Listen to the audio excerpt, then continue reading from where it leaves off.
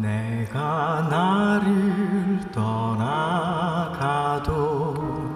그래도 나는 너를 떠나지 않으며 내가 나를 버려도 그래도 나는 너를 버리지 아니하리라.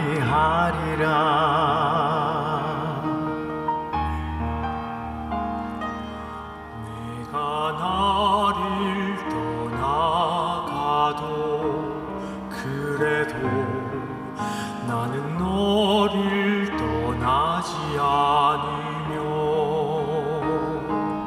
내가 나를 버려도 그래도 나는 너를 버리지 아니하리라.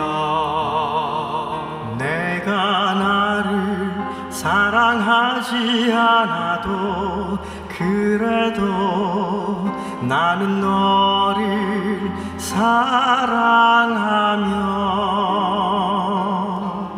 내가 지은 죄 많으나 그래도 나는 너를 용서하리라. 내가 천하고 미련하나 그래도 나는 너를 받으리라. 내가 천하고 미련하나 나는 너를 받으리라.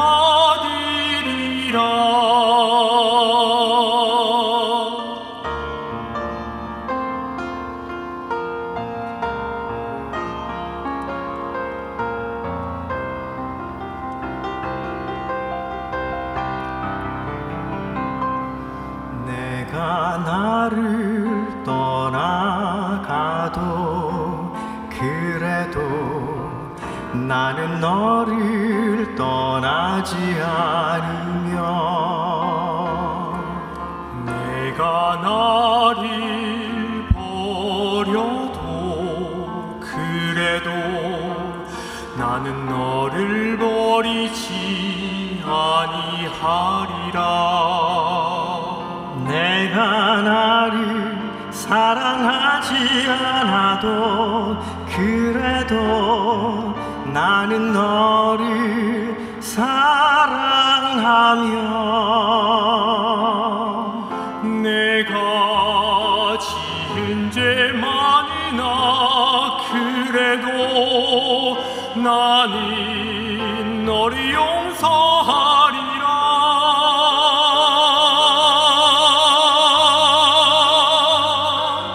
내가 천하고 미련하나 그래도 나는 너를 받으리라. 내가 천하고 미련하나 나는 너를 받으리라.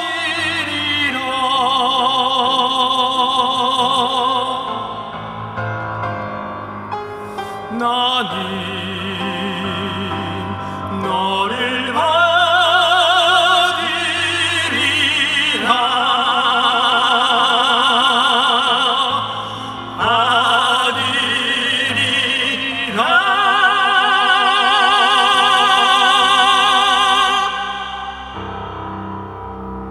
차렷 인사.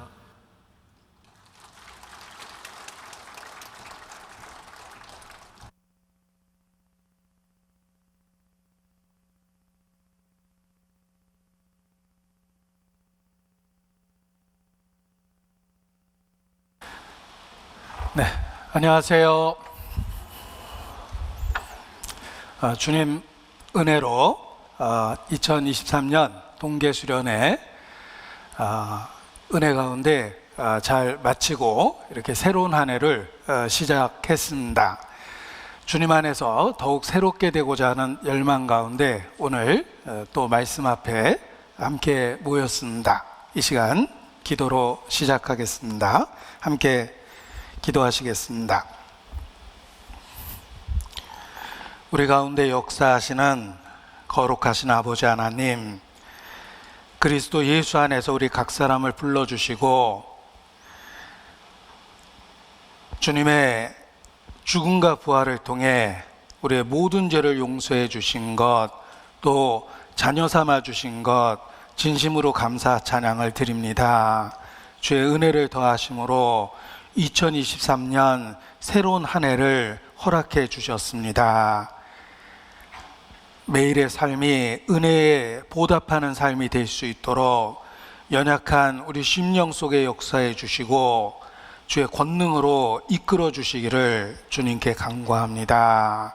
먹든지 마시든지 무엇을 하든지 다 하나님의 영광을 위하여 할 수 있도록 일깨워 주시고 어느 곳에서든지 주의 용사로 승리하며 살 수 있도록 붙잡아 주시기를 주님께 기도합니다. 우리의 초라하고 연약한 모습을 고백하고 죽은 자를 살리시는 그 능력, 또 무에서 유를 창조하신 그 능력만을 사모하고 의지합니다. 매일의 삶 가운데 주의 권능으로 은혜로 주관해 주시고 하나님의 사람으로 살 수 있도록 인도하여 주시옵소서. 또 주께서 허락하신 2023년 우리의 가정에 완전히 복음이 이루어질 수 있도록 가족 하나하나를 기억해 주시고 주님의 은혜로 이끌어 주시기를 주님께 간구합니다. 노아와 그의 가족들을 홍수전에 구원해 주신 것처럼 우리의 가족들을 주의 구원의 방주로 이끌어 주시기를 주님께 기도합니다.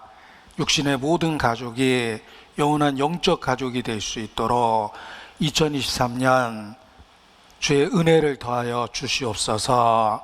주 예수를 믿으면 너와 내 집에 구원 얻으리란 그 약속이 우리의 소중한 가족들에게 이루어지는 한 해가 될 수 있도록 주의 긍휼과 은혜를 베풀어 주시기를 주님께 기도합니다.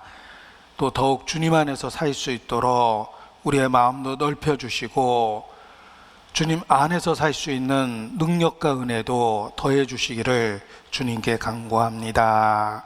이 마지막 때 시대를 분별하고 결코 허송세월하지 않도록 우리를 붙잡아 주시기를 주님께 기도합니다. 특별히 2022년 병상에서 고통받은 그 지체들을 기억하고 주님 앞에 기도합니다. 2023년이 치유의 한 해가 될 수 있도록 긍휼히 여기시고 더 좋은 건강으로 주님 안에서 살 수 있도록 이끌어 주시기를 주님께 간구합니다. 말씀 앞에 나온 우리 각 사람, 우리 중에 결코 이루어지는 자가 없도록 살펴주시고 주의 은혜를 더해 주시기를 주님께 기도합니다. 이 시간도 함께 하신다는 약속의 말씀을 기억하고 의지합니다. 주 성령께서 친히 하나님의 영광만 나타내 주시고 주의 진리로 가르쳐 주시며 연약한 것 병들고 어그러진 것을 고쳐주시기를 주님께 기도합니다. 주님만 바라보며 고마우신 우리 구주 예수님 이름으로 기도합니다. 아멘. 네, 성경 아가서 말씀을 찾겠습니다. 아가서 2장 10절부터 보시겠습니다. 아가서 2장 10절.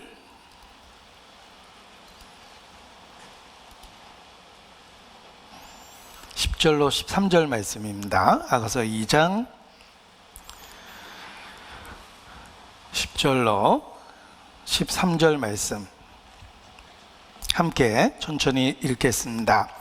나의 사랑하는 자가 내게 말하여 이르기를 나의 사랑 나의 어여쁜 자야 일어나서 함께 가자. 겨울도 지나고 비도 그쳤고 지면에는 꽃이 피고 새 노래할 때가 이르렀는데 반구의 소리가 우리 땅에 들리는구나. 무화과 나무에는 푸른 열매가 익었고 포도나무는 꽃이 피어 향기를 토하는구나. 나의 사랑, 나의 어여쁜 자야, 일어나서 함께 가자.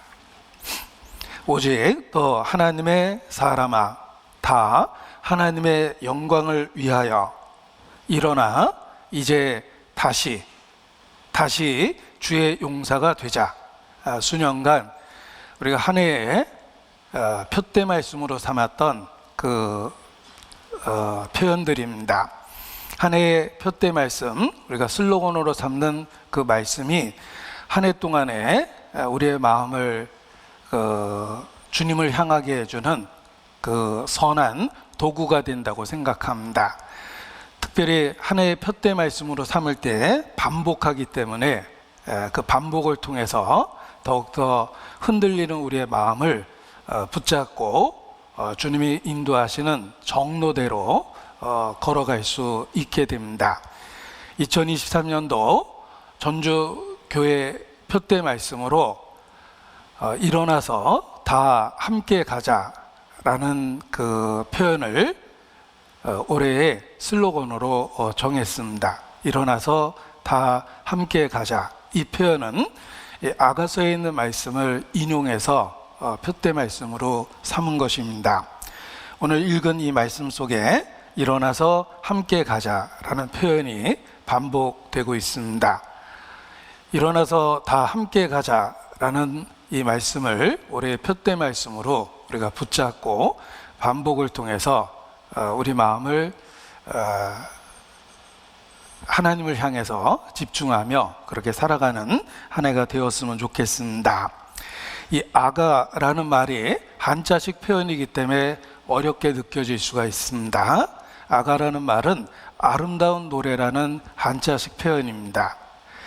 아가서 자체의 원 제목이 노래 중에 노래라는 제목을 갖고 있기 때문에 한문으로 번역하면서 아가, 아름다운 노래다, 노래 중에 최고의 노래다, 이런 의미에서 이 아가서라고 이렇게 표현한 것입니다. 아가서는 분명하게 솔로몬이 기록됐다고 그 아가서 자체에 표현하고 있습니다.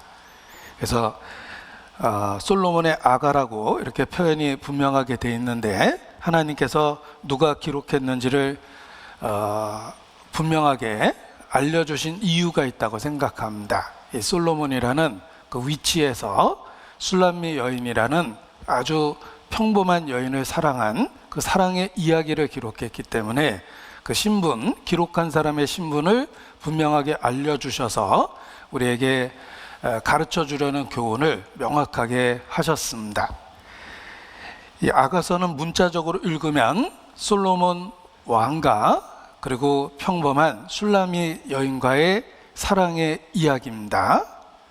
얼핏 신분의 격차를 뛰어넘은 남자와 여자의 사랑 이야기처럼 보이기 때문에 믿지 않는 사람들도 이 아가서의 표현을 많이 알고 있습니다. 특히 연애 편지 써본 분들은 이 구절에서 많이 표절했을 거라고 생각합니다. 오늘 드디어 옛날에 받았던 연애 편지의 비밀을 깨닫는 분도 있을 겁니다. 그 좋은 표현들이 아가서에서 인용된 말씀이 많이 있기 때문에 그렇습니다. 마치 한 편의 오페라를 보는 것처럼 아가서 자체가 운율을 갖고 있는 시로 이루어져 있고 그리고 실제로 노래로 불려졌던 그러한 말씀입니다. 우리가 시가서라고 성경을 분류했을 때 욥기, 시편, 잠언, 전도, 아가서 이렇게 5권의 성경을 시가서라고 분류합니다. 아가서는 운율을 갖고 있는 시의 형식이며 실제로 노래로 불렀습니다. 이 노래를 통해서 말씀을 전달할 때 더 쉽게 기억하고 또 마음에 그 감동과 공감과 함께 새겨지는 효과가 있습니다. 그래서 성경이 많은 부분이 그 시로 기록된 것입니다. 그리고 노래 형식으로 되어 있는 것처럼 이게 한 편의 오페라를 보는 것과 같습니다. 우리가 오페라 무대를 한번 생각해 보십시오. 주인공 남자가 있고 주인공 여자가 있고 또 수없이 많은 등장인물들이 있습니다. 먼저 주인공이 노래를 하고 또 그 노래를 받아서 상대방 배역이 또 화답하는 노래를 합니다. 그리고 때로는 이중창으로 노래를 하기도 하고 또 등장했던 모든 인물들이 다 합창으로 노래를 하기도 합니다. 그와 같이 이 아가서는 때로는 그 남자의 노래 그리고 여자의 노래 또 둘이 같이 부르는 노래 또 주변에 있는 사람들이 모두 다 합창하는 것과 같은 그런 표현으로 이루어져 있습니다. 그래서 하나의 이야기를 만들어가면서 오페라 형식으로 이렇게 기록되어 있습니다. 문자적으로는 남자 여자의 사랑의 이야기처럼 보이지만 이는 사랑의 실체인 그리스도와 교회의 사랑에 대한 이야기입니다.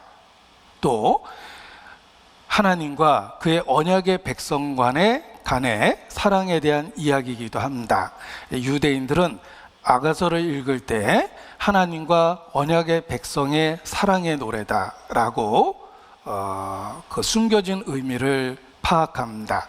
그리고 우리는 그리스도와 교회의 사랑의 이야기라는 것을 이 말씀 속에서 수없이 발견할 수 있습니다. 그래서 문자적으로는 남녀 간의 사랑을 이야기했지만 그 사랑의 실체인 하나님의 사랑에 대한 그 표현을 가득 담고 있는 말씀이 바로 아가서입니다. 지구상에 있는 여러 단어 중에 가장 아름다운 단어가 사랑이라고 사람들은 말합니다. 그래서 대중가요도 거의 내용을 분석해 보면 사랑에 대한 그 주제를 갖고 있는 노래들이 대중가요 속에서도 많이 있습니다. 사람 삶 속에 사랑에 대한 이야기가 많이 있기 때문에 그렇습니다. 철학자 플라톤도 사랑을 여러 단어로 표현했는데 플라톤이 분류했던 사랑의 그 단어들은 널리 알려져 있습니다.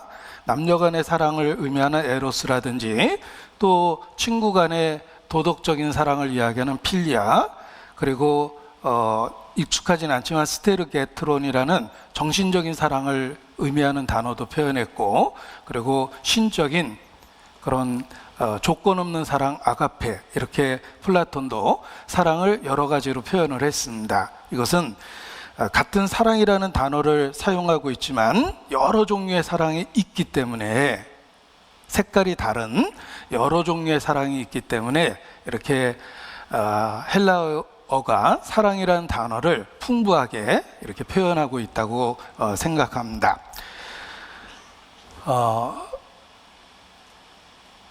히브리어로도 가장 아름다운 단어가 사랑이라는 단어라고 이야기하는데 히브리어로는 아하바라는 표현을 많이 들어봤을 겁니다. 그래서 아하바, 아하부 이렇게 해서 사랑이라는 단어가 있습니다. 어떤 그 제품의 이름 또는 회사의 이름 그 이름 속에 아하바라는 이름이 자주 사용됩니다. 이것은 히브리어 단어 중에 가장 아름다운 단어다라고 일컬어지는 사랑이라는 뜻을 갖고 있는 단어이기 때문에 그렇습니다. 그리고 대한민국 가요계 원로이신 우리 나훈아 씨께서는 테스형, 소크라테스하고 형동생하는 사이시죠. 그런데 이 나훈아 씨는 사랑을 알고 계시죠? 눈물의 씨앗이다 이렇게 표현하기도 했습니다. 대한민국 국민이 다 알고 있는 유행가입니다. 사랑이 뭐냐고 물으신다면 눈물의 씨앗이라고 나훈아 선생님께서 말씀하셨습니다. 아무튼 대중가요 노랫말도 거의 사랑에 대한 주제를 갖고 있고 우리의 삶 자체가 이런저런 다양한 사랑으로 이루어져 있다는 것입니다. 그런데 그 사랑의 근원 또 사랑의 실체는 하나님 자신이십니다. 가장 좋은 은사가 그 빛들의 아버지께로부터 왔다. 이 세상에 있는 모든 좋은 것들은 신의 선물이란 뜻입니다. 하나님으로부터 온 선물입니다. 그런데 그 각양 아름다운 은사 중에 최고의 것은, 하나님이 인간에게 준 최고의 선물은 사랑입니다. 우리는 태어날 때 부모의 사랑 속에서 태어나고 많은 사람들의 사랑을 받고 살아가고 있습니다. 우리가 경험하는 이런저런 사랑의 모습이 바로 그 사랑의 근원인 하나님께로부터 왔으며, 또한 이런저런 사랑을 경험하면서 사랑의 실체인 하나님을 이해할 수 있는 것입니다. 성경은 하나님은 사랑이시다 라고 선언합니다. 이 땅에 존재하는 여러 사랑의 모양은 다 그 출처가 하나님께로부터 왔다는 것입니다. 그래서 우리는 부모의 사랑을 경험하고, 또 남녀 간의 사랑을 경험하고, 또 좋은 사람을 만나서 우정도 나누고 친구 간의 사랑도 나누고, 이런 삶의 경험을 통해서 하나님을 조금씩 더 이해할 수 있게 되는 것입니다. 하나님은 이 만물을 사랑으로 설계해서 존재케 하셨습니다. 그렇게 표현해도 틀린 것이 아닙니다. 만물을 살펴보면 정말 사랑이라는 관계를 설명할 수 있는 내용으로 가득합니다. 그래서 그런 유행가 표현 속에서도 만물 속에서 사랑을 보고 이 사랑을 표현한 것들이 많습니다. 그 만물을 비유적으로 사용해서 사랑이라는 의미를 더 설명을 하는 것입니다. 우리는 하나님은 사랑이시라는 진리를 성경에서만 배운 것이 아니라 삶을 통해서, 인생을 통해서, 만물을 통해서 배우고 있다는 것입니다. 그래서 더 그 실체인 하나님을 이해할 수 있게 되는 것입니다. 동물의 세계를 살펴봐도 그 미물에게조차도 새끼를 아끼는 놀라운 사랑이 있습니다. 그래서 우리는 때로 예를 들면 가시고기라고 잘 알려져 있지 않은 물고기임에도 불구하고 그 가시고기의 사랑 이야기를 관찰하고 큰 감동을 받습니다. 가시고기에 대한 사랑의 이야기가 널리 알려진 그 사연이 있습니다. 그 새끼를 낳고 죽어가는 가시고기의 모습 속에서 우리는 큰 감동을 받고, 또 문어도 자기 자식을 키워내는 모습을 보면 정말 감동적입니다. 이 만물을 살펴보면 그 속에 사랑의 이야기가 가득합니다. 그것은 하나님이 그 사랑이 무엇인지를 이해할 수 있도록 우리에게 자연과 만물을 통해서 가르쳐주고 계시기 때문에 그렇습니다. 그래서 하나님의 그 계시는 큰 글자인 대자연을 통해서 나타나고 작은 글자인 성경을 통해서도 나타난다라고 누가 재밌게 표현하기도 했습니다. 대자연이나 또 계시된 성경이나 하나님에 대한 진리를 알려주고 있는데, 성경은 작은 글자로 쓴 것이고 대자연은 큰 글자로 쓴 것이다, 이렇게 표현한 것입니다. 하나님은 이 사랑의 실체를 가르쳐주기 위해서 때로는 정반대의 경우도 만듭니다. 예를 들면 부모 자식은 사랑의 관계인데 그 관계가 어긋나서 학대하는 부모를 만나는 경우도 있습니다. 그게 비정상적인 거라는 걸 깨닫게 하기 위해서 하나님이 죄로 인해서 망가진 세상이 어떤 세상인지를 보여주는 겁니다.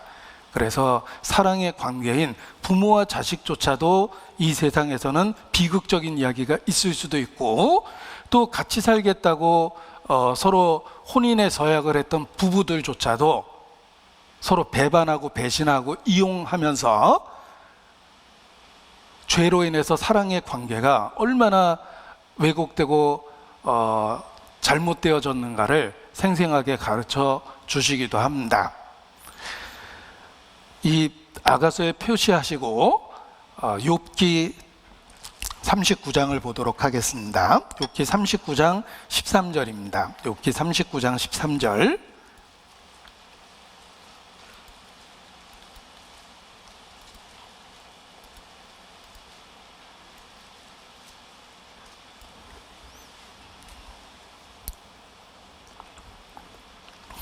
하나님이 타조에 대한 이야기를 하십니다. 타조는 즐거이 그 날개를 친다마는 아주 자랑스럽죠. 자기에게 있는 날개를 자랑스럽게 여깁니다.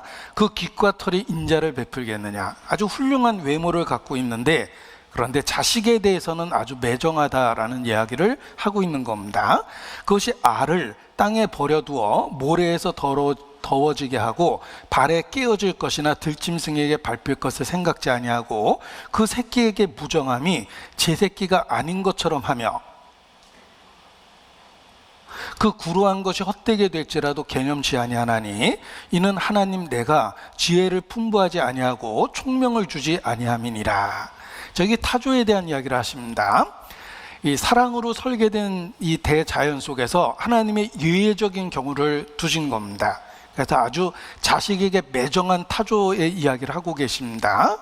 그런데 이 타조가 자식에게 아주 매정한 그 모습조차도 하나님이 교훈을 받으라고 그 타조에게 그러한 사랑이란 걸 주시지 않았기 때문에 그런 모습인 거다라고 일깨워 주는 겁니다. 그래서 알을 낳고 뭐 자식 버리듯이 제 새끼가 아닌 것처럼 그게 깨지든지 덮여지든지 상하든지 생각 안 하고 오직 자기 잘난 모습에만 집중해 있다는 것입니다. 그래서 자식을 돌보지 않는 사람이 혹 이런 타조 같은 모습이고, 또 마땅히 사랑을 주고받아야 될 대상을 배반하는 사람이 이 타조 같은 사람이라고 말할 수 있습니다. 하나님은 예외적인 경우를 통해서 또 그 온전한 사랑이 얼마나 귀한 것인지를 이렇게 극과 극으로 대조시켜서 우리에게 교훈해 주는 것입니다. 그래서 예외적인 타조의 경우도 두셨습니다.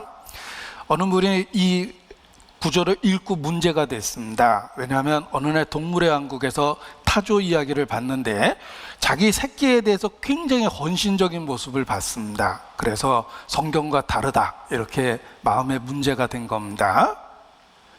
자, 그것을 설명할 수 있습니다.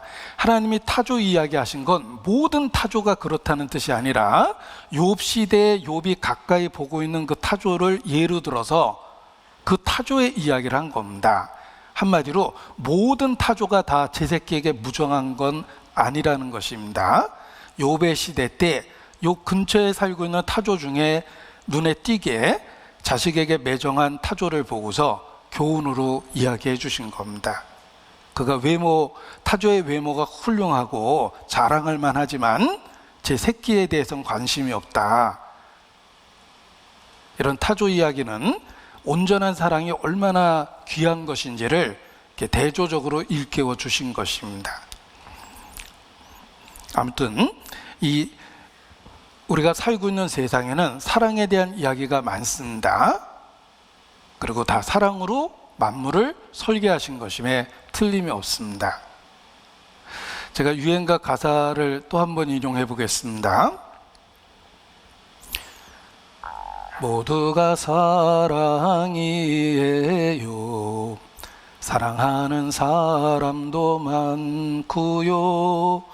사랑해준 사람도 많았어요. 모두가 사랑이에요.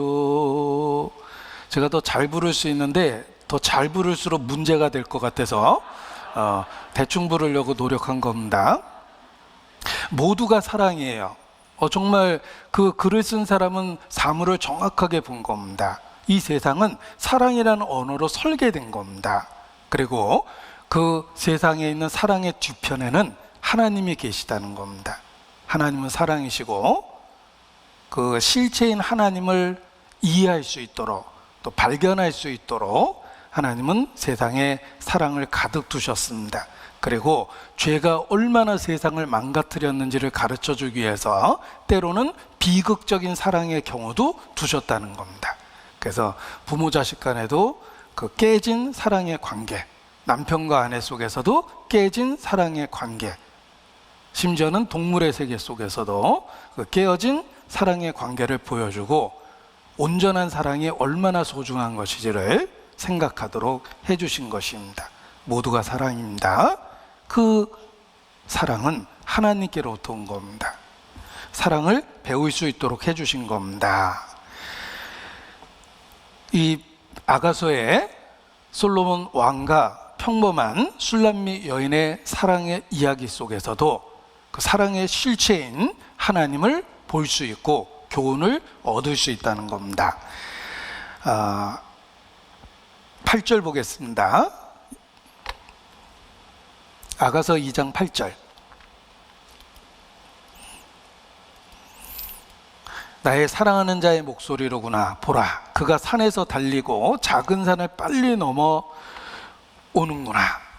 자, 술람미 여인을 있는 곳까지 솔로몬 왕이 찾아오는 모습을 표현한 것입니다. 산에서 달리고 작은 산을 빨리 넘어오는구나. 이 산을 넘기가 얼마나 힘듭니까? 그럼에도 불구하고 사랑하는 사람을 보고 싶고 만나기 위해서 작은 산과 큰 산을 불구하고 달려오고 있는 모습입니다. 우리가 누군가를 사랑하게 되면 정말 힘들고 먼 길도 갔다 오게 돼 있습니다. 그 길의 수고를 무릅쓰고 사랑하는 사람을 보러 달려갈 때가 있습니다. 솔로몬 왕도 술람미 여인을 찾아가기 위해서 이렇게 산에서 달리고 작은 산을 빨리 넘어서 달려오고 있는 모습입니다. 이 모습 속에 그 사랑의 어떤 열정을 볼 수가 있습니다. 왕이 평범한 여인을 찾아오고 있습니다. 신분을 초월한 사랑이죠. 그리고 또 거리가 있습니다. 앞집에 사는 여자가 아닙니다. 산을 넘고 강을 건너야지만 갈 수 있는 먼 거리를 왕이 달려온 겁니다. 이 술람미 여인에 대한 사랑의 열정을 보여주고 있는 겁니다. 그런데 문자적으로는 그러하지만 그 말씀 뒤편에 인간을 구원하시는 하나님의 사랑이 들어 있습니다. 왕과 평범한 여인과의 사랑, 그보다 더 놀라운 건 창조주가 피조물을 사랑하신다는 것입니다. 신분적 차이를 넘어선 사랑입니다. 그리고 또한 거리, 왕궁에서 술람미 여인이 살고 있는 마을까지 찾아오고 있습니다. 하나님은 하늘로부터 지상까지 찾아온 사랑입니다. 그래서 하나님의 사랑의 그 열정을 우리에게 가르쳐 주고 있는 것입니다. 그래서 이 문자적으로 솔로몬의 사랑의 이야기 속에 인간을 사랑하시는 하나님의 마음을 우리가 볼 수 있고 이해할 수 있게 되는 것입니다. 하나님이 우리를 사랑하시는 것도 신분을 초월한 사랑이요, 또 가장 먼 거리를 무릅쓰고 달려온 사랑이기도 합니다. 아가서에는 계속 표시하시고 요한복음 8장 23절을 보겠습니다. 요한복음 8장 23절입니다. 요한복음 8장 23절. 예수께서 가라사대. 자, 예수님이 자신의 정체성에 대해서 분명하게 계시하십니다. 너희는 아래서 났고 나는 위에서 났으며 너희는 이 세상에 속하였고 나는 이 세상에 속하지 아니하였느니라. 예수님이 육체를 가지신 하나님이라는 걸 이해할 때, 예수님이 하나님의 독생자라는 것을 이해할 때 이 말씀의 의미를 깨달을 수 있습니다. 너희는 이 땅에서 났고 나는 하늘로부터 났다. 예수님의 신성에 대한 계시입니다. 자신이 누구신지 정체성을 분명하게 나타내 주시는 것입니다. 너희는 아래서 났고 나는 위에서 났으며 너희는 이 세상에 속하였고 나는 이 세상에 속하지 아니하였다. 당신이 누구요? 나는 처음부터 너에게 말하여 온 자니라. 바로 하나님 자신이셨습니다. 하나님이 우리를 사랑하시는 그 사랑도 신분을 초월하고 엄청난 간격과 거리를 초월한 그런 열정적인 사랑이라는 것을 우리가 아가서의 표현 속에서 깨달을 수 있는 것입니다. 예수님을 잘못 이해하면 무슨 옆집 남자처럼 그런 평범한 사람으로 생각합니다. 예수님은 육체를 가지신 하나님이십니다. 하나님 자신이십니다. 그가 인간에 대한 사랑을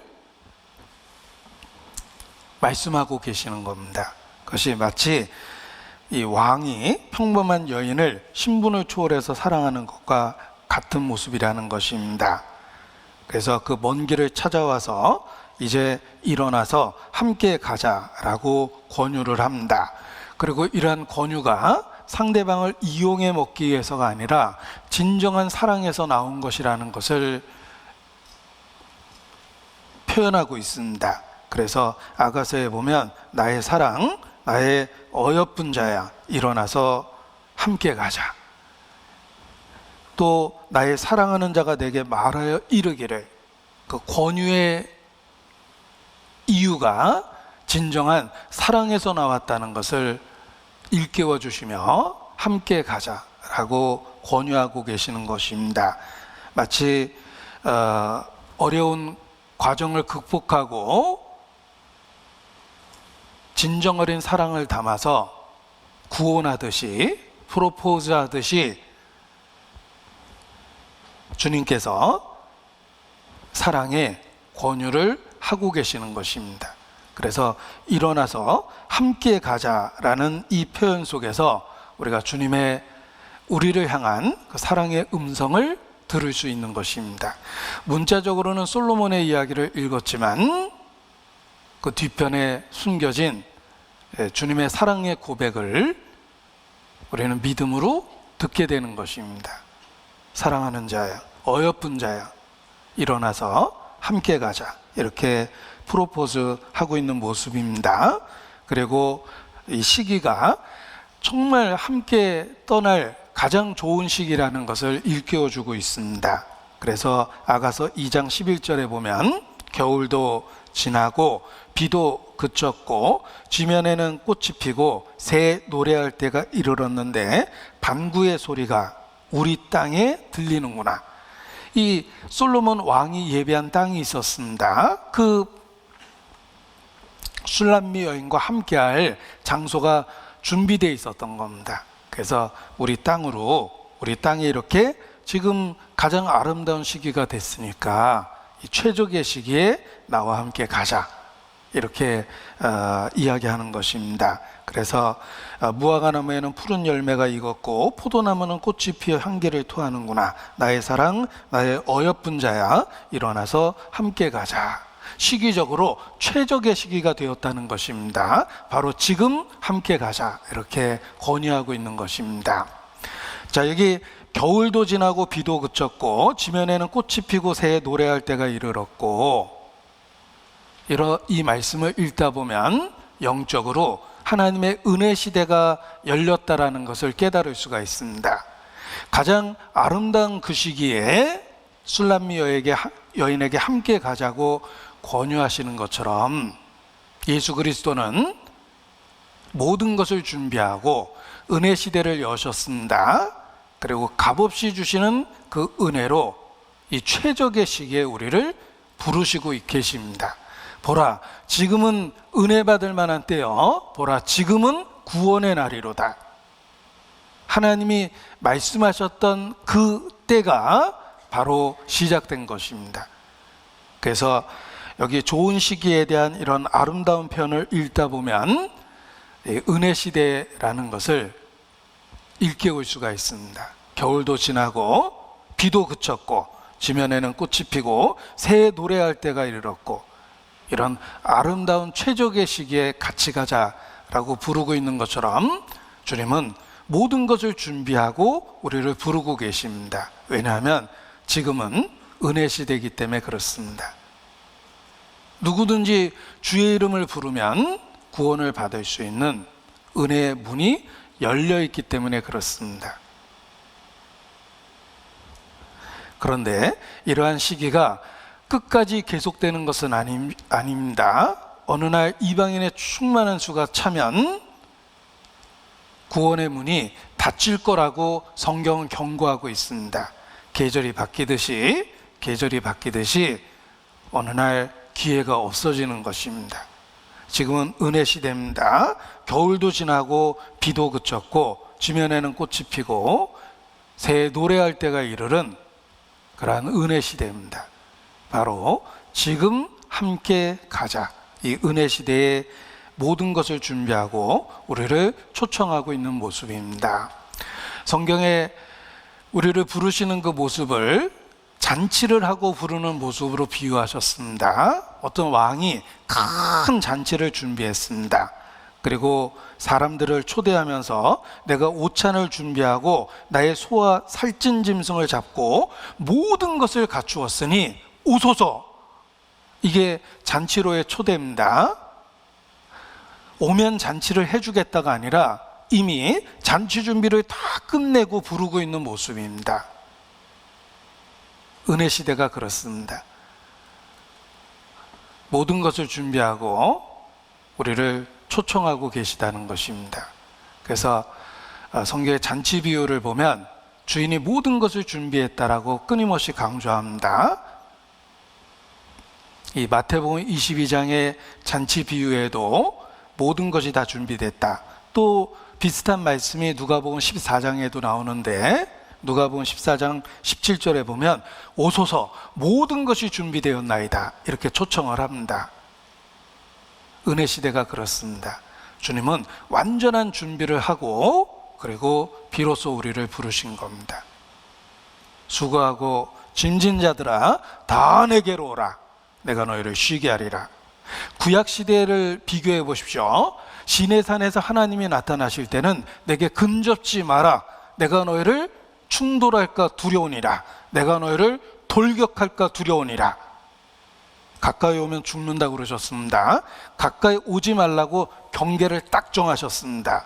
그런데 시내산에는 그렇게 가까이 오지 말라고 무섭게 여러 차례 경고하셨는데 예수께서는 다 내게로 오라 하고 초청하십니다. 왜냐하면 겨울도 가고 비도 그쳤고 지면에는 꽃이 피는 은혜 시대가 열렸기 때문에 그렇습니다. 주님은 모든 잔치를 준비하고 일어나서 함께 가자 이렇게 초청하고 계시는 겁니다. 이사야서 1장 27절입니다. 이사야서 1장 27절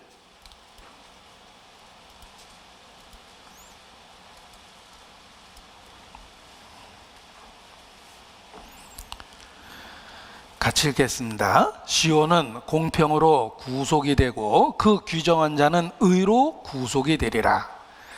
자, 주님은 앞으로 놀라운 은혜를 주시겠다고 계속 약속하시는데 그 약속은 조건이 있습니다. 하나님의 구속의 역사가 이루어져야지만 주실 수 있는 겁니다. 그래서 시온은 공평으로 구속이 되고 그 규정한 자는 의로 구속이 되리라. 남은 자가 큰 축복을 받게 될 텐데 그 축복을 받을 수 있는 전제 조건이 있습니다.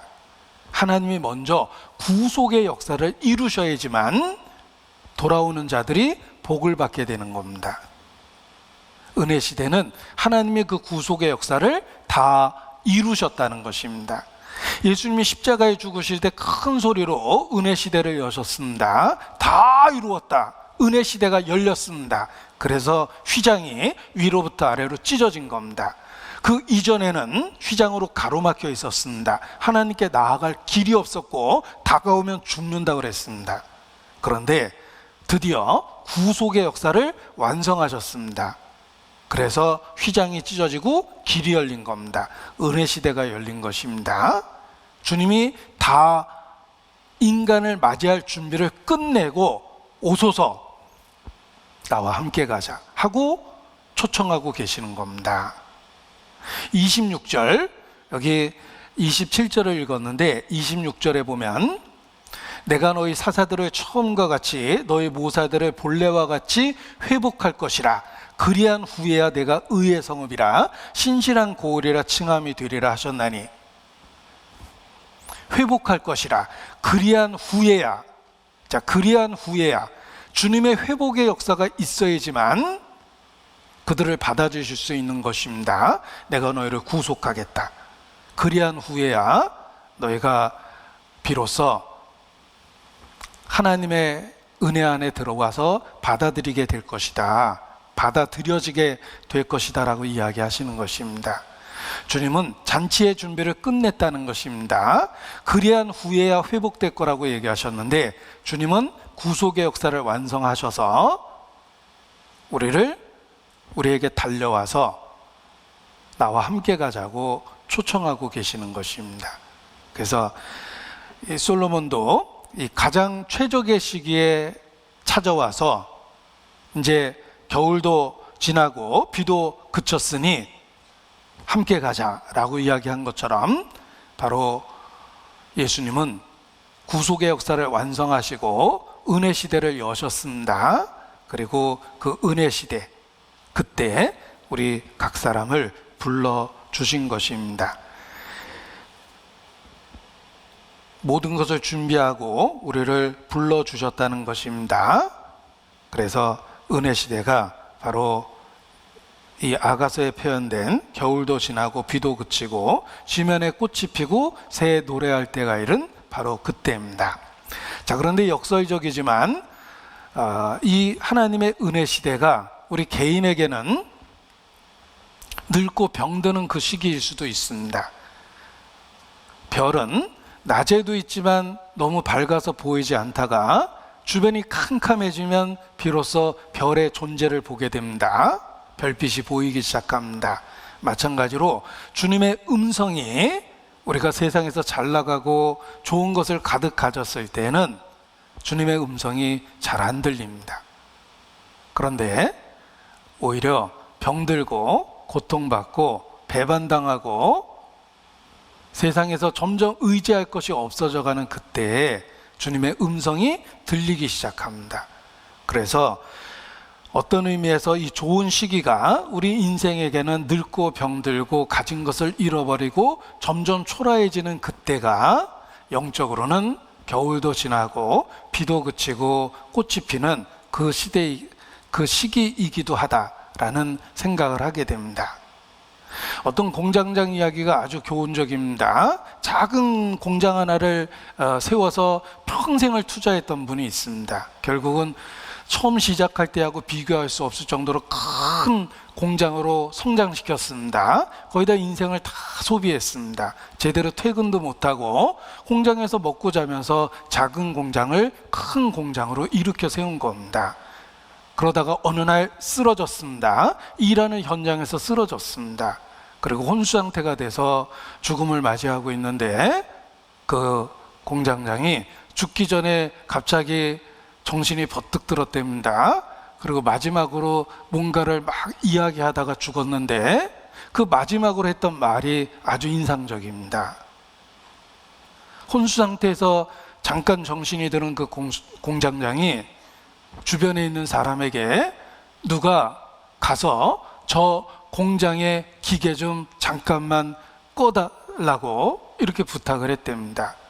예수님이 나한테 소리를 치고 있는데 안 들리니까, 뭔가 나한테 얘기하고 계시는데 저 기계 소리 때문에 안 들리니까 제발 저 기계 좀 한번 꺼달라고 그러다가 숨이 넘어갔답니다.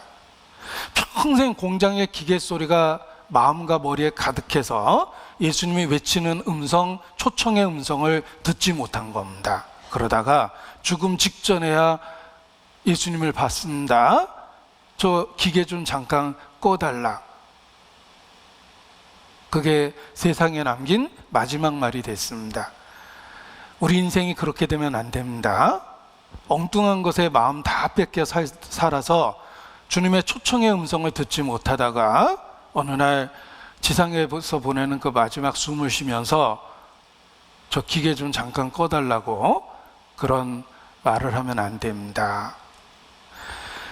여기 모든 것이 준비된 그 최적의 시기가 역설적이지만 우리 개인적으로는 내가 건강을 잃어버렸을 때, 좋은 것을 다 잃어버렸을 때, 젊음을 잃어버렸을 때, 사랑하는 사람을 잃어버렸을 때, 배반당했을 때, 아무것도 없다고 생각할 그때, 오히려 그때가 영적으로는 이 최적의 시기가 될 수도 있다는 것입니다. 주님은 끊임없이 우리 각 사람을 초청하고 계십니다. 일어나서 함께 가자. 왜냐하면 이 세상은 주님이 계획하신 그런 세상이 아닙니다.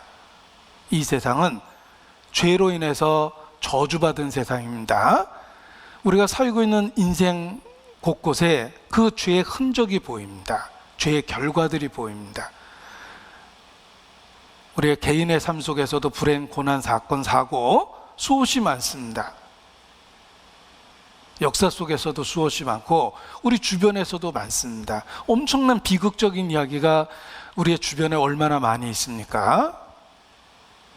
이 세상은 우리가 주님과 함께 살 그런 세상이 아닙니다. 나와 함께 가자. 주님은 영원한 세상으로 우리를 초청하고 계십니다. 그래서 일어나서 나와 함께 가자라는 이 음성은 우리가 삶 속에서 반복해서 듣는 주님의 음성이라고 이렇게 말씀드릴 수 있습니다. 그래서 처음 구원받을 때에도 일어나서 함께 가자라는 그 초청의 말씀을 들은 것입니다. 영적인 구원을 받은 겁니다. 내가 네게 장가들겠다. 프로포즈를 받은 것입니다. 그리고 이러한 초청의 말씀은 단 한 번 듣는 것이 아니라 이 땅에서 살아가는 매일의 삶 속에 우리를 끝없이 영원한 세계로 부르시는 주님의 음성을 듣게 돼 있습니다. 일어나서 함께 가자. 영원한 것을 위해서 살아야 된다고 끊임없이 우리를 매일의 삶에서 초청해 주십니다. 그래서 믿음으로 그 주님이 부르시는 초청의 음성을 들을 수 있어야 됩니다. 14절, 아가서 2장 14절 보겠습니다. 아가서 2장 14절.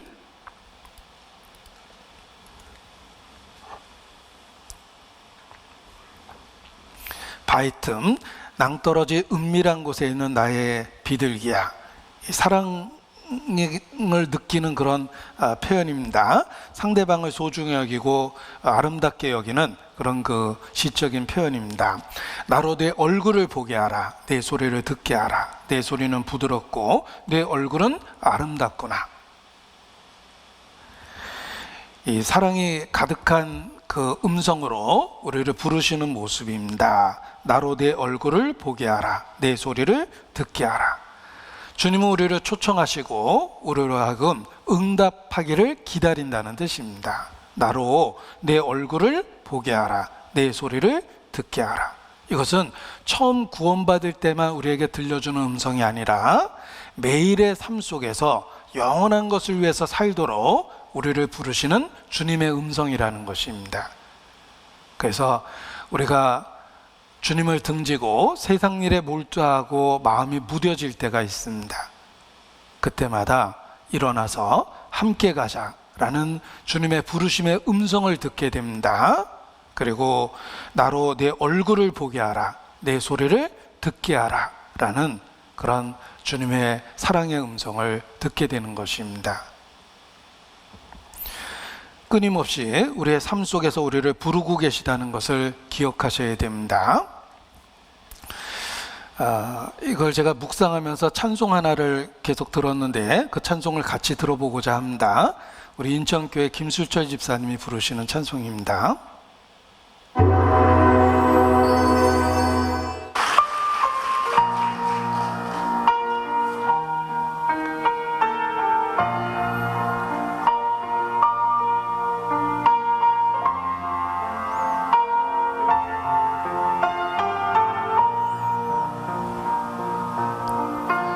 내가 처음 주를 만났을 때 외롭고도 쓸쓸한 모습 말없이 홀로 걸어가신 길은 영광을 다 버린 나그네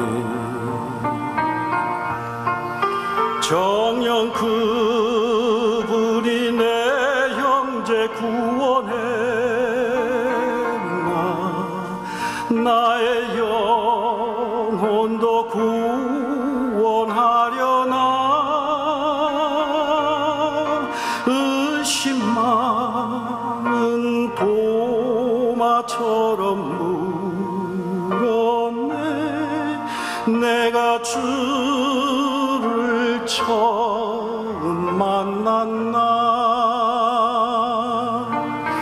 내가 다시 주를 만났을 때 죄악으로 몹쓸 병든 몸 조용히 내 손 잡아 이끄시며 병든 자여 일어나거라 눈물 흘리며 참회하였었네 나의 믿음이 뜨거웠었네 그러나 죄악이 나를 삼키고 내 영혼 갈 길을 잃었네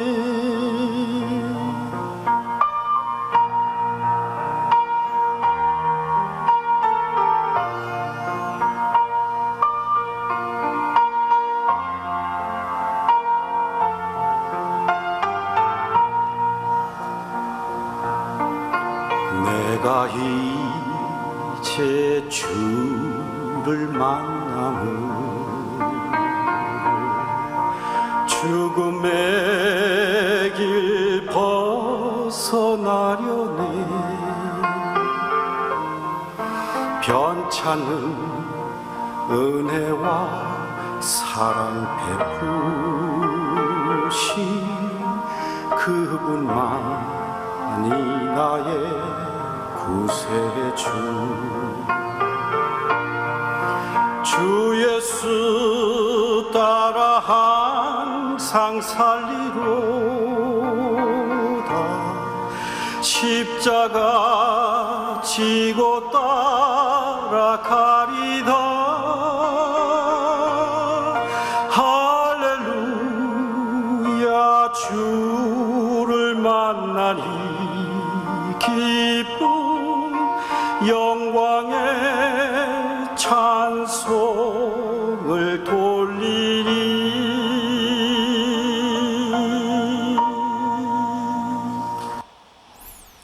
자, 우리는 매일의 삶 속에서 일어나서 함께 가자라는 주님의 초청의 음성을 들어야 됩니다.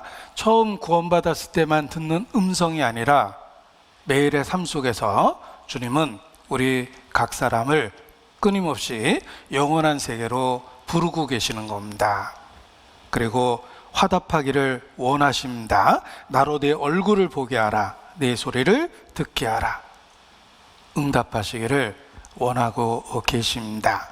자, 일어나서 다 함께 가자라고 표현했는데, 일어나서라는 말은 주님의 초청에 대해서 움직임이 있어야 된다는 것입니다. 움직임이 있어야 됩니다. 마음으로만 믿는 것이 아닙니다. 입으로만 시인하는 것이 아닙니다.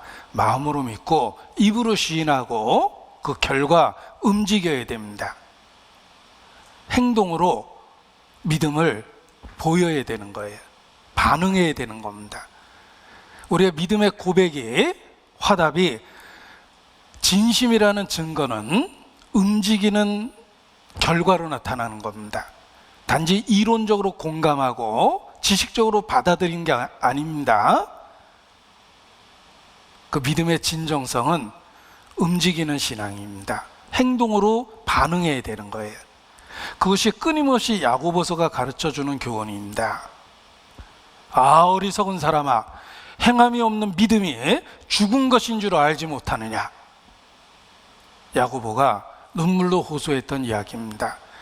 단지 지식적으로 받아들이는 게 아닙니다.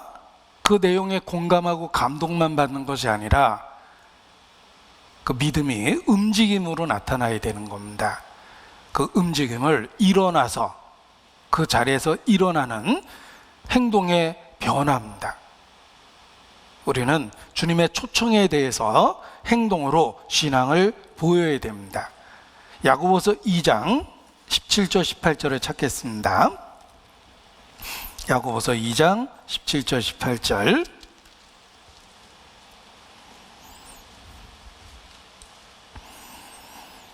야고보서 2장 17절 18절.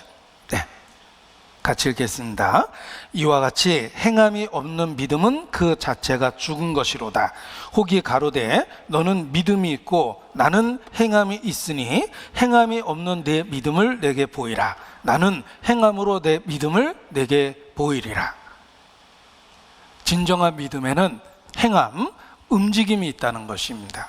일어나서 앉아서 입으로 시인하고 마음으로만 받아들이는 게 아닙니다. 일어나서 함께 가자라고 권유했습니다. 행동으로 신앙을 보여야 되는 것입니다. 그래서 아브라함도 그 아들 이삭을 제단에 드릴 때 움직임으로, 행동으로 자기의 신앙의 진실성을 표현한 겁니다. 성경에 있는 모든 믿음의 선진들이 그러합니다. 단지 지식적인 동의가 그의 신앙의 전부는 아니었다는 거예요. 신앙의 지식적인 동의도 있어야 되고 공감도 있고 감동도 있어야 되지만 중요한 건 그것을 움직임으로, 행동으로 진실함을 보여야 되는 것입니다. 그래서 나는 행함으로 내 믿음을 내게 보이리라. 그 믿음의 진실성이 행동으로 나타나야만 한다는 것입니다.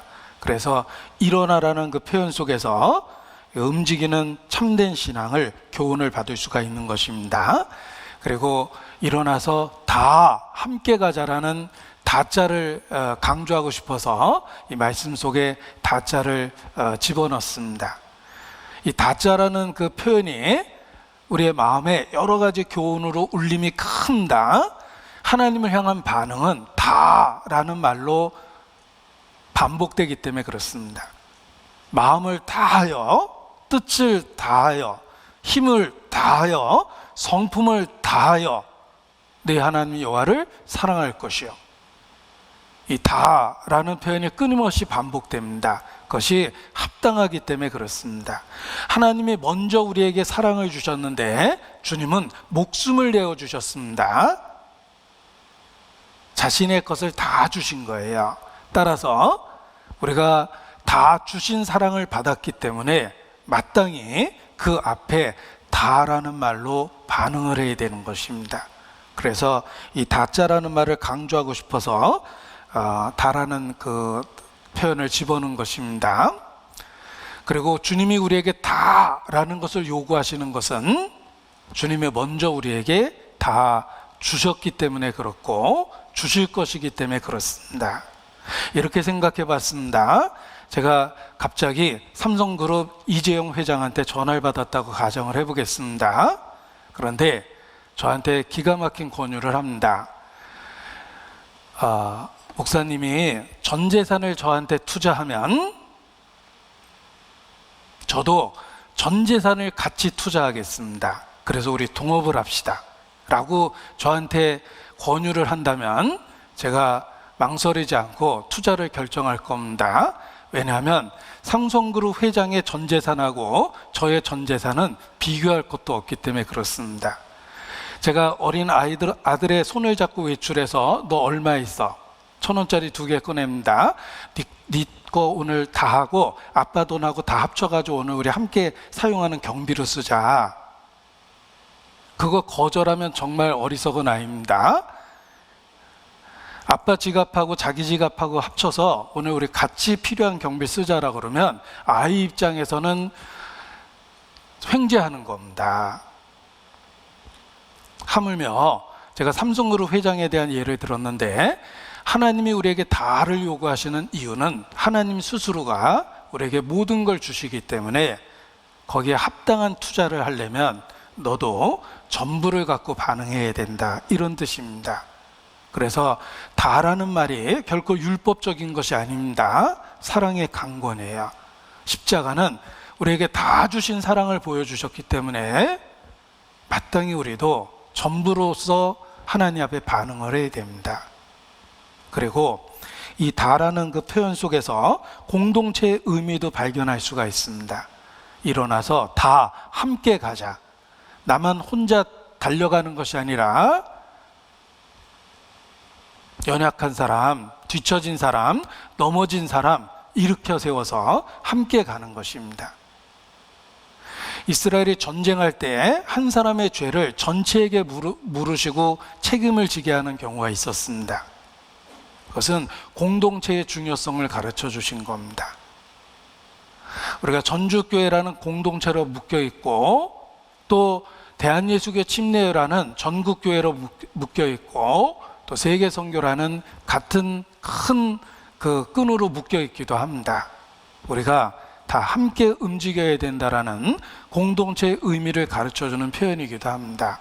그래서 다라는 말을 그런 이중적인 의미로 사용을 하고 싶어서 다라는 표현을 썼습니다. 그리고 개인적으로는 다 함께 가자. 개인적으로는 나와 내 가족, 내 육신에 관계된 사람들 함께 주님 앞에 가야 되기 때문에 그 표현을 일깨우고 싶어서 또 다라는 표현을 넣습니다. 하나님에 대한 반응도 전부여야지 되고, 또 교회라는 공동체의 의미도 깨달아야 되고, 개인적으로는 나에게 속한 자들을 기억하기 위해서 다라는 표현을 교회 슬로건에 집어넣은 것입니다. 투병하다가 먼저 죽게 된 어머니가 젖먹이 자식을 보면서 가족들에게 부탁한 이야기를 들었습니다. 꼭 천국에 올 때 우리 아이도 데리고 함께 와달라고, 그렇게 먼저 투병 끝에 죽은 가족이 그런 유언을 남겼습니다. 남아있는 사람은 그 먼저 죽은 가족을 기억할 때마다 그 아이를 데리고 함께 천국에 와달라는 부탁을 기억할 수밖에 없습니다. 주님도 우리를 구원해 주셨을 때 너만 혼자 오라고 부르신 게 아니라 너에게 속한 자 다 데리고 함께 오라고 초청해 주신 것입니다. 그래서 함께 가도록 우리의 삶을 사용해야 됩니다. 우리가 천국 입국 수속할 때 천사가 물어볼 겁니다. 구원을 확실히 받았는지도 확인할 거고, 그리고 혼자 오셨는지도 물어볼 텐데, 만약에 천국에 입국 수속하면서 혼자 왔습니다. 그러면 정말 부끄러울 겁니다. 아닙니다. 저에게 속한 사람이 많이 있습니다. 우리가 단체로 왔습니다. 우리 가족 중에 가족 모두를 데리고 여기에 왔습니다라고 자랑스럽게 이야기할 수 있어야 됩니다. 그래서 함께 가야 된다는 의미에서 이 다자를 또 강조하고 싶습니다. 천만 관객이 봤다고 하는 그 태극기 휘날리며라는 영화가 있었습니다. 저는 천만이라는 말에 좀 흔들렸어요. 야, 천만이나 보면 나도 봐야지, 그래도 누가 얘기하면 말이라도 통하지 않을까? 그래서 그 천만 관객이 들었다는 영화를 보게 됐습니다. 그 영화가 오래전에 본 영화지만 태극기 휘날리며라는 영화입니다. 그런데 다른 내용은 하나도 기억이 안 나는데 형과 동생의 관계만 기억에 확실히 남았습니다. 그들에게는 6.25라는 전쟁이 중요한 게 아니고 사상이 중요한 게 아닙니다. 동생, 죽어가는 형은 끝까지 동생을 챙깁니다. 그 형에게는 6.25라는 전쟁이 그 동생을 지키기 위한 전쟁이었을 뿐입니다. 그래서 더 교훈이 됐어요. 우리의 영적 전쟁도 그렇습니다. 그 6.25라는 민족적인 비극 가운데서도 동생을 끝까지 지키려는 형의 이야기가 공감이 됐기 때문에 그 영화가 천만을 돌파했다고 생각합니다. 우리가 영적 전쟁에 있어서도 꼭 데려가야 될 동생이 있습니다. 누군가가 있습니다. 그걸 기억하고 살아야 됩니다. 그래서 다라는 말을 집어넣은 것입니다. 그리고 함께 가자. 일어나서 다 함께 가자라고 되어 있는데, 자, 함께라는 말을 생각해 보십시오. 솔로몬은 직접 찾아와서 함께 가자고 구원을 하고 있는 것입니다. 찾아오라고 이야기한 게 아니라 함께 가자고 이야기한 겁니다. 주님의 사랑이 그러합니다. 우리로 하여금 자, 천국에서 만나자 하고 철로역정의 그 험한 길을 우리 혼자 찾아오라고 하시는 것이 결코 아닙니다. 주님은 함께 가자라고 이야기하십니다. 그리스도라는 개념을 생각해 보십시오. 구세주입니다. 구세주는 육체를 입고 이 땅에 오셨습니다. 내가 죽어야 될 자리에서 대신 죽으셔서 구속의 역사를 완성하셨습니다. 그리고 승천하셨습니다. 자, 천국에서 만나자가 아닙니다. 성령으로 오셔서 나와 함께 가자. 이 철로 역정의 길을 같이 가주겠다고 성령으로 이 세상에 오셨습니다. 우리가 가고 있는 이 길은 홀로 걷는 길이 아니라 주님과 함께 걷고 있는 길이라는 걸 기억하셔야 됩니다. 함께 가자예요. 인간은 결코 홀로 존재할 수 없습니다. 이리 가운데 던져진 양이라고 말씀하신 것처럼 생존 불가능합니다. 그럼에도 불구하고 우리에게 가야 될 코스를 주셨습니다. 길을 주셨습니다. 어떻게 그 철로 역정의 길을 갈 수 있습니까? 주님은 우리의 손을 잡고 함께 가자, 이렇게 말씀해 주시는 겁니다. 천국에서 만나자가 아니라 성령으로 이 땅에 오셔서 연약한 우리의 손을 잡아주시고 천성까지 같이 가자, 이렇게 인도해 주시는 것입니다. 지금도 우리를 부르시는데 그 음성은 나와 함께 가자라는 음성입니다. 우리가 하나님의 일을 할 때도 마찬가지입니다. 우리 보고 일을 하라 라고 명령하시는 것이 아닙니다. 정확하게 표현하면 나와 함께 하자, 이렇게 말씀하시는 겁니다. 제가 전도인이 될 때도 마찬가지입니다. 내가 혼자 해야 될 일이라면 저한테는 불가능한 일입니다. 그런데 주님이 함께 하자라고 말씀하셨기 때문에 생업을 포기하고, 저에게 익숙한 생업을 포기하고, 내가 가장 두려워했던 그 일을 하게 된 것입니다. 저 개인적으로도 마찬가지예요. 함께 하자라는 주님의 음성을 들었기 때문에 직분을 받아들일 수 있었던 겁니다. 교회 안에서의 모든 봉사가 그러합니다. 우리가 교회에서 여러 직분을 맡았죠? 일을 하라 라고만 명하신 게 아닙니다. 나와 함께 하자고 얘기하시는 겁니다. 그래서 영어로 얘기하면 우리가 for God, 하나님을 위해서 일하는 게 아니라 with God, 하나님과 함께 일하는 것이다, 이렇게 표현합니다. 하나님을 위해서 일하는 게 아니라 하나님과 함께 일하는 것, 주님과 함께 일하는 것, 그것이 교회 안에서의 모든 봉사입니다. 우리가 걸어가고 있는 길이 그렇습니다. 이 길은 우리 홀로 걷는 길이 아니라 주님과 함께 걷는 길입니다. 우리 어머니에서 한 해의 표대 말씀을 스스로 정하자고 하면서 인쇄된 양식을 주셨는데, 기도와 결심입니다. 결심, 기도와 결심. 저는 기도라는 말이 앞에 있는 것에 대해서 마음에 큰 교훈이 됐습니다. 주님이 함께 해야지 우리의 결심과 결단을 이룰 수 있기 때문에 그렇습니다. 우리 숫자 제로가 아무리 많이 써도 숫자적 가치가 없지만 숫자 1을 앞세우면서 제로, 0의 가치가 생긴다라고 표현하는데, 주님이 함께 있기 때문에 우리의 수고가 결코 헛되지 않게 되는 겁니다. 주님은 함께 일하자고 우리를 권유해 주고 계십니다. 그래서 신앙생활하는 모든 가정도 이제 주님과 함께 걷는 것이고, 교회 안에서 하는 모든 봉사도 주님과 함께 하는 것입니다. 주님이 함께 하시기 때문에 우리를 둘러 진치고 보호하시며 매일의 삶을 인도하십니다. 솔로몬이 술람미 여인을 보호하기 위해서 가마를 보내는 이야기가 3장 7절에 있습니다. 아가서 3장 7절에 보면 이는 솔로몬의 연이라, 그 연이 가마연자입니다.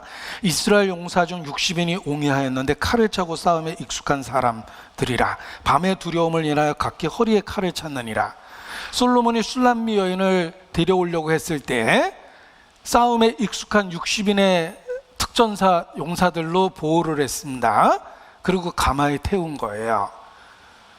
솔로몬 왕도 술람미 여인을 보호하기 위해서 60인의 용사를 동원하고 가마를 동원했습니다. 마찬가지예요. 그리스도는 교회를 이 땅에서 둘러 진치고 보호하십니다. 그래서 주 안에 있다고 표현한 겁니다.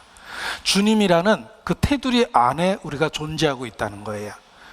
지금도 둘러 진치고 계시며 철로역정의 길을 함께 가고 있는 것입니다. 주님은 우리를 고아처럼 버려두지 않고 함께 하시며 매일의 삶에 동행하고 계십니다. 요한복음 13장 1절 찾겠습니다. 요한복음 13장 1절입니다.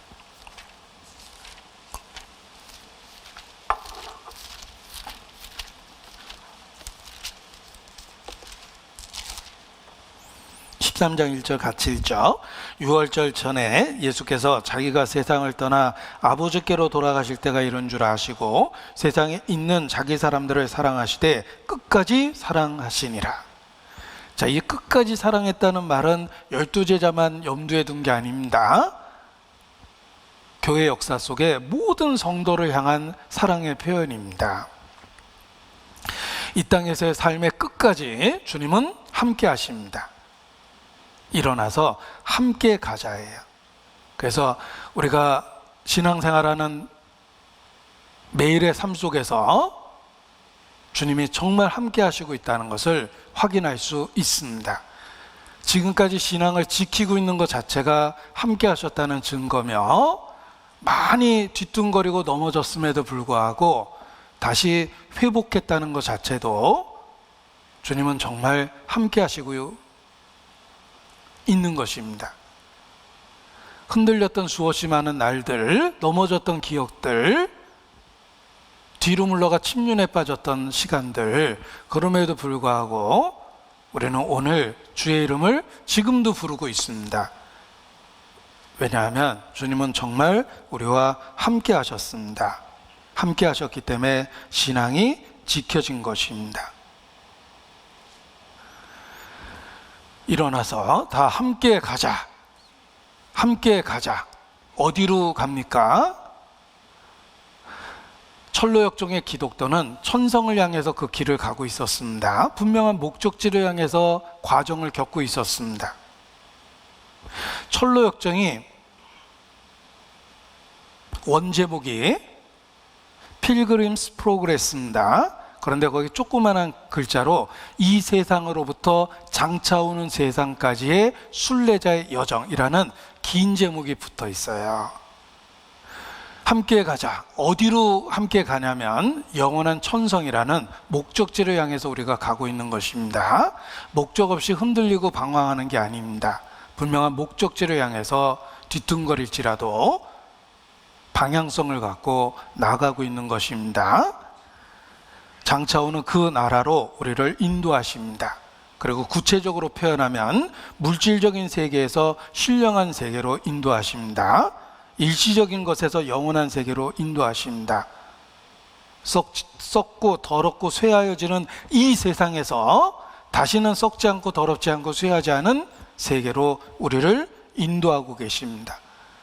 그리고 그동안 자아 중심의 내 삶 속에서 주님 중심의 삶으로 함께 가자고 인도하시며, 이기적인 삶에서 타인의 유익을 구하는 삶으로 가자고 이끌어 주십니다.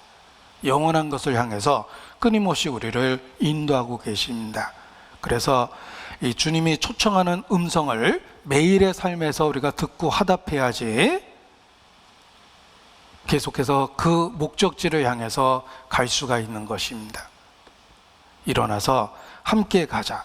그 음성을 매일의 삶 속에서 들을 수 있어야 됩니다. 그리고 비록 가다가 힘들고 어려운 상황도 경험합니다. 엘리야도 850명의 거짓 선지자들과 대결해서 승리했던 기록도 있지만 로뎀나무 밑에서 비참하고 눈물 속에서 죽기를 구했던 순간도 있었습니다. 그런데 결국은 하나님은 엘리야를 이끌어서 호렙산에 이르게 하셨고 산채로 승천할 수 있는 영광을 주셨습니다. 우리도 영원한 세계로 이끌고 계시는데 가다 보면 힘들고 어려운 일이 있습니다. 요즘에 우리라는 그 찬송 가사를 이렇게 묵상하다 보니까 우리 모두 손에 손을 잡고 저 험한 벌판 걸어가 보세. 가다 보면 폭풍도 지나고 캄캄한 밤도 지나갈 거요. 높은 산을 오를 때도 있고 푸른 초원도 지나갈 거요. 서로가 위하고 서로가 사랑하면 이 모든 것 이겨 나갈 거요. 이렇게 가사가 되어 있습니다. 우리는 분명한 목적지를 향해서 가고 있는데 가다 보면 폭풍도 지나고 캄캄한 밤도 지나고 높은 산도 오를 때가 있고 푸른 초원도 지나갈 때가 있습니다. 그러나 그 다양한 환경적 변화에도 불구하고 주님은 약속하신 것처럼 우리와 함께 걷고 계십니다. 그래서 그 길을 계속 갈 수 있는 힘을, 은혜를 공급받게 되는 것입니다. 학창시절에 외웠던 시입니다. 넘어지고 깨어지고라도 가야만 하는 결례가 있다. 고지가 바로 적인데 예서말 수는 없다. 천성이 바로 적인데 넘어지고 깨어지고라도 가야만 하는 교회가 있다. 천성이 바로 적인데. 이렇게 바꿔서 외워서 또 교훈을 받았습니다. 분명한 것은 가다 뒤돌아보면 아직 목적지에 도착은 못했지만 뒤를 돌아다 보면 처음에 출발했던 그곳으로부터 굉장히 먼 길을 걸어왔습니다. 무슨 뜻이냐면 우리가 바라고 있는 목표에 이르지는 못했지만 분명한 것은 주님 안에서 살다 보니까 현재 나의 모습은 옛날의 내 모습은 아니에요. 내가 지금 하고 있는 이 말투는 주님을 만나기 전에 내가 사용했던 말투가 아닙니다. 제가 갖고 있는 이 얼굴 표정은 예수님 믿기 전에 가졌던 표정이 아니에요. 그때는 거울 보고 제 스스로도 제가 놀랬거든요. 목표만큼 변화되지는 못했지만 지난 길을 돌아다 보면 내가 처음 출발했던 그곳에 있지는 않아요. 많이 변했다는 것을 나도 알고 내 주변의 사람들도 알고 인정해 줍니다. 아직 완전히 이르지 못했지만 주님은 끊임없이 우리를 그곳으로 인도하고 계시기 때문에 우리가 처음과 달라진 겁니다. 그리고 앞으로도 계속해서 주님과 함께 그 길을 걷다 보면 주님은 더욱더 우리를 천성에 가까운 품성으로 바꿔주실 것입니다. 그래서 계속해서 주님과 동행하는 그 길을 가야만 합니다. 그리고 기억할 것은 비록 철로역정의 험난한 길이지만 우리를 가장 사랑하시는 분과 함께 가고 있는 길이기 때문에 그 길을 기쁘고 즐겁게 갈 수가 있습니다. 우리 신혼여행을 생각해 보십시오. 때로 신혼여행 길에서 고생하는 경우도 있지만 사랑하는 사람과 함께하고 있기 때문에 평생에 지워지지 않는 좋은 추억을 마음에 가득 갖게 됩니다. 우리가 가고 있는 길이 험하지만 사랑하는 주님과 함께 걷는 길이기 때문에 그 길을 기쁘고 즐겁게 걸을 수 있는 것입니다. 그래서 2023년도도 주님과 함께 그 길을 힘있게 걸어갔으면 좋겠습니다. 2023년도가 계면년이라고 이렇게 이야기하는데 토끼 해라고 이야기합니다. 그래서 토끼가 뭘 제일 잘하는지 아시죠? 토끼는 걸 잘합니다. 우리가 이 세상의 것을 피하고 천성을 향해서 일어나서 다 함께 가야 되겠습니다. 이 세상의 죄악은 토끼고 주님을 향해서 함께 나가야 되겠습니다. 일어나서 다 함께 가자. 2023년도 우리 전주교회 표대 말씀 슬로건입니다. 마음에 반복해서 새겨서 이 삶의 목적을 분명히 하고 올 한 해 승리하며 살았으면 좋겠습니다. 기도하시겠습니다. 아버지 하나님, 한 해를 시작하면서 일어나서 다 함께 가자라는 표대의 말씀을 주님 안에서 정했습니다. 우리 모두 그 말씀을 마음에 새기고 말씀에 이끌려서 하루하루 더욱 주님을 향해서 다가갈 수 있도록 주님 도와주시기를 주님께 기도합니다. 우리의 연약함을 고백하고 주의 능력을 때마다 일마다 사모하며 함께 하시는 주님의 손을 더 굳세게 붙잡습니다. 매일의 삶에서 진전할 수 있도록 주님 이끌어 주시고 열매 맺을 수 있도록 주의 은혜를 더해 주시기를 기도합니다. 1월 9일 첫 집회 주님이 예비해 주시고 우리를 통해서 큰 역사 이루어 주시기를 주님께 기도합니다. 주께 의지합니다. 저희를 사랑하시는 예수님의 이름으로 기도합니다. 아멘. 우리 찬송하시겠습니다. 543장을 1절